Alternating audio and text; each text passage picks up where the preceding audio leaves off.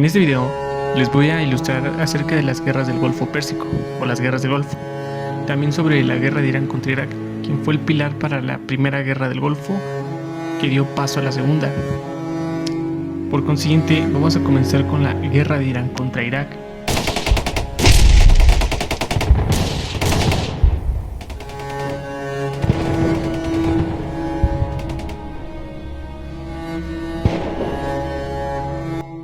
La guerra de Irak inició en 1980 y terminó en 1988. Esta traía consigo escollos desde 1971, cuando Irak abdicó en las relaciones diplomáticas con Irán por conflictos territoriales y religiosos. Irak se preocupaba por la propaganda religiosa de la República Islámica de Irán, que en ese momento tenía al ayatolá Ruhollah Khomeini contra el régimen basista laico de Bagdad. El ataque subversivo de Irak dio inicio a la guerra la noche del 22 de septiembre de 1980. Atacaron la provincia de Khuzestan, una de las 31 provincias de Irán situada al suroeste que comparte frontera con Irak. Entraron 190.000 hombres, 2.200 tanques y 450 aviones a tierras ajenas.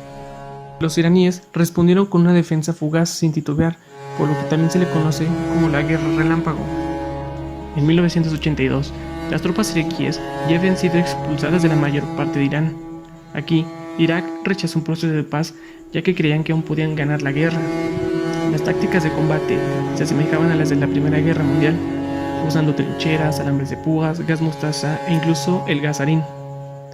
Hay relatos sobre que enviaban infantes iraníes en masas y sin armas a los campos minados, esto para que abrieran paso al ejército. Se les daban llaves de plástico, que eran símbolo de las llaves del paraíso. Hashemi Rafsanjani fue quien lideró el ejército iraní la mayor parte de la guerra, aunque los hombres carecían de preparación militar. Esto se debe a que eran personas y niños que se enlistaban al ejército sin preparación alguna.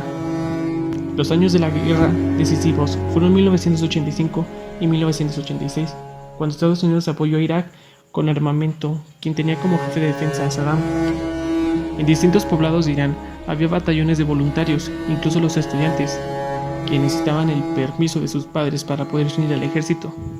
Los iraníes, quienes eran más innovadores, comenzaron a mandar hombres por las marismas para romper la autopista de Basra a Bagdad, mientras que los iraquíes se atrincheraron al este de Basra. Los iraquíes comenzaron a usar el gas mostaza en ciudades de Irán. Ya no solo era la guerra contra el ejército, sino también contra las ciudades, pero las máscaras no eran 100% seguras, ya que aún así el gas mostaza traspasaba las máscaras. Los iraquíes mandaban los misiles a las ciudades, ocasionando que las ciudades quedaran destruidas y en ruinas, que obligó a los ciudadanos a irse a vivir a las colinas. Los daños ya no solo eran materiales, sino también psicológicos, ya debido a las muertes constantes, incluso por la tortura del gas mostaza. La desesperación de los iraquíes por acabar con el conflicto los llevó a mandar 2 avionetas que tiraron el gas sarín sobre el pueblo kurdo, ocasionando aproximadamente 15.000 muertes en un instante. En 1987, Estados Unidos y otras potencias asumieron la responsabilidad de proteger el tránsito de los buques de petróleo. Ronald Reagan fue quien dio el mensaje a su nación. Esto se debió a que en los primeros meses de la guerra, 70 barcos petroleros fueron bombardeados por Irak, solo por el simple capricho. Finalmente, la guerra terminó el 20 de agosto de 1988 por la resolución de la ONU 598, sin ningún bando ganador. En la resolución se habla sobre la violación al Pacto de Ginebra de 1925, que prohíbe el uso de armas químicas en la guerra. Este, a su vez de hablar de los derechos humanitarios, se divide en 10 pautas que se resumen en que ambos países hagan cesar el fuego. Se pide al secretario general que se envíen observadores de la ONU para corroborar la pausa del fuego, y se ordena realizar una reconstrucción de daños inmediata. Así es como termina la guerra entre Irak e Irán, que, como dije, es el pilar para la primera guerra del Golfo, que es la que vamos a ver a continuación.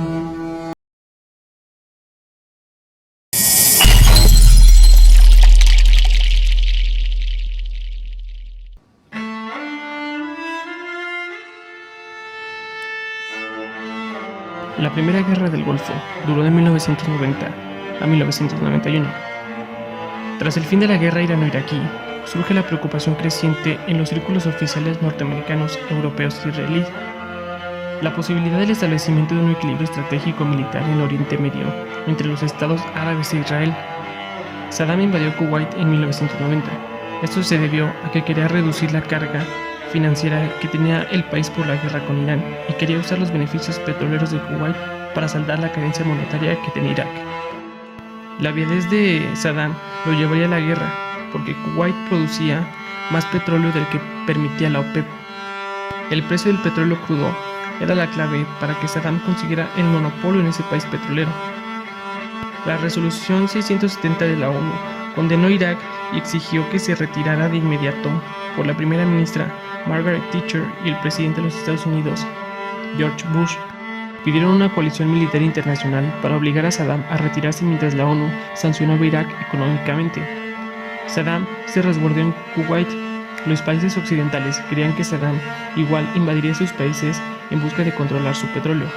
Bush reaccionó rápidamente, lanzando la operación Escudo de Desierto el 8 de agosto hacia el norte de Arabia Saudita.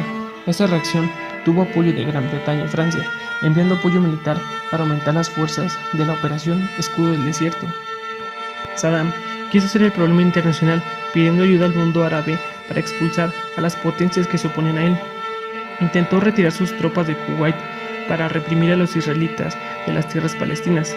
Incluso amenazó con usar armas químicas contra Israel si atacaban a Irak.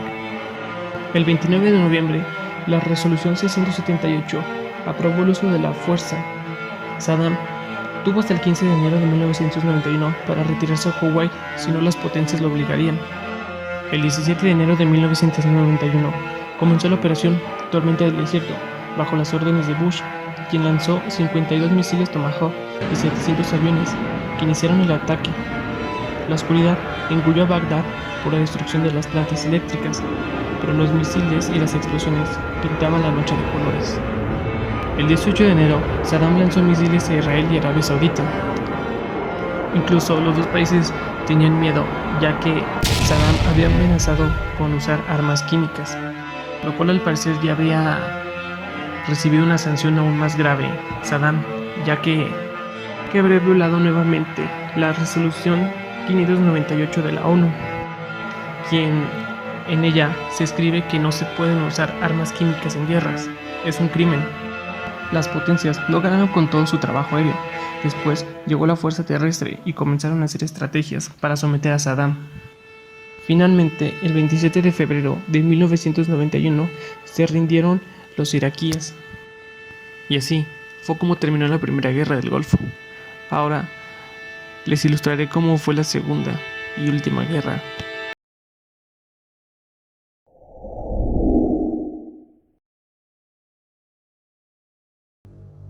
La Segunda Guerra del Golfo, o la Guerra de Irak, dio inicio el 20 de marzo del 2003, sin que se mediara por alguna declaración de guerra por alguna de las partes. Comenzó el ataque de coalición contra Irak. A Irak entraron 225.000 soldados, 800 tanques, 600 vehículos de infantería y 100 helicópteros Apache. Para proteger a Israel, las fuerzas estadounidenses desplegaron 3 baterías de misiles Patriot en Jordania. Con la intención de defender el país, Saddam ordenó dividir al país en 4 secciones y encargó la defensa de cada región a una persona de su entera confianza. Antes de la guerra, los iraquíes habían destruido varios de sus misiles para detener la guerra que se avecinaba. Un percance obligó a replantear los planes de invasión, al negarse al ejército estadounidense la entrada a Turquía, lo que hubiera permitido realizar una rápida maniobra para tomar Bagdad.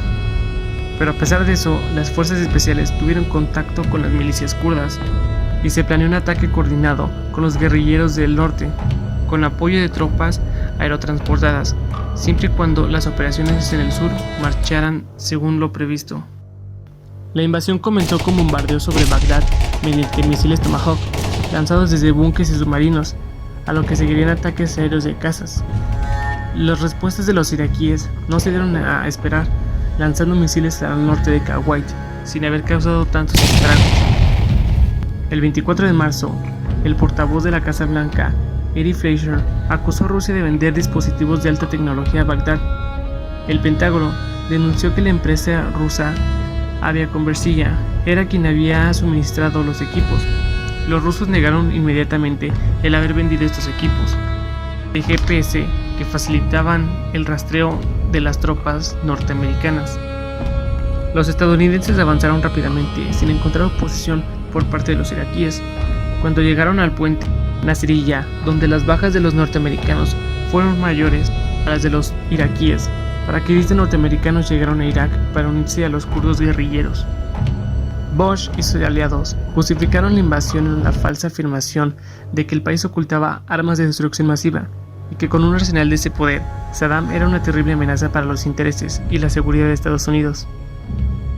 Como posteriormente reconocieron los altos cargos de la CIA, la administración de Bush no tuvo repartos en una orquesta de campaña de manipulación para justificar la decisión de ir a la guerra y ya adoptada por las razones políticas.